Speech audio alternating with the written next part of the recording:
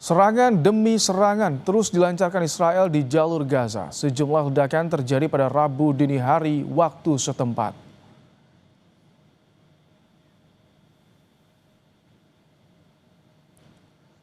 Sejumlah ledakan besar menerangi langit jalur Gaza pada Rabu dini hari.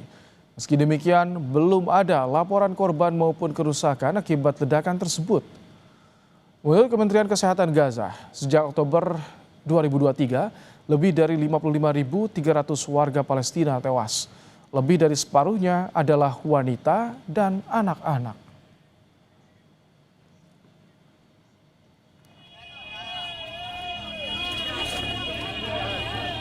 ...59 orang tewas akibat serangan tank Israel ke kerumunan warga Gaza yang berebut bantuan makanan pada Selasa lalu.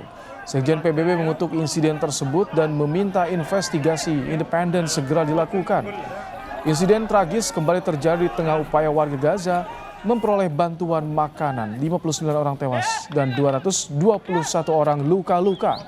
Jumlah ini merupakan yang terburuk dalam satu hari sejak bantuan kembali dibuka di Gaza pada bulan Mei.